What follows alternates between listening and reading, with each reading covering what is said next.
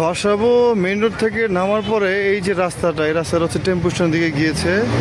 এইদিকে হচ্ছে গেলে বাসাবো ফ্লাইওভার, এদিকে বাসাবো মাঠ, আর এদিকে বাসাবো কাজু অফিসের গলি। এই রাস্তাটা ভাঙা, তো এই রাস্তাটার কাজ চলছে। পুরোদমই ভাঙা, কোনো রাস্তা বা গাড়ি গাড়ি চলার মতন অবস্থা নাই।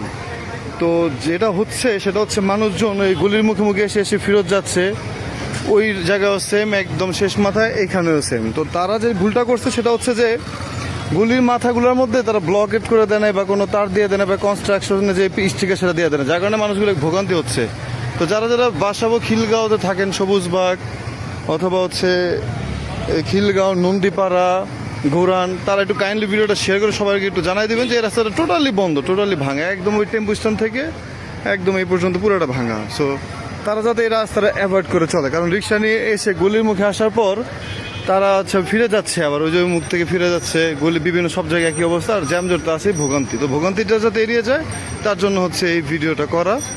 সো আপনারা ভিডিওটা শেয়ার দিয়ে যারা এলাকাবাসী তাদেরকে জানাই দিবেন যে ভাই এই রাস্তাটা যাতে সব অ্যাভয়েড করে ইউজ না করে, যে পর্যন্ত এই কাজগুলো ঠিক না হয়। আর যারা কাজ করছে তাদের উচিত ছিল এটা জানাই দেওয়া, ওই মেন রাস্তার দিকেই হচ্ছে যে রিক্সা ফেরত যাচ্ছে ব্লকেট করে দেওয়া বা স্টিকার দেওয়া দিয়ে দেওয়া যে আন্ডার দ্য কনস্ট্রাকশন।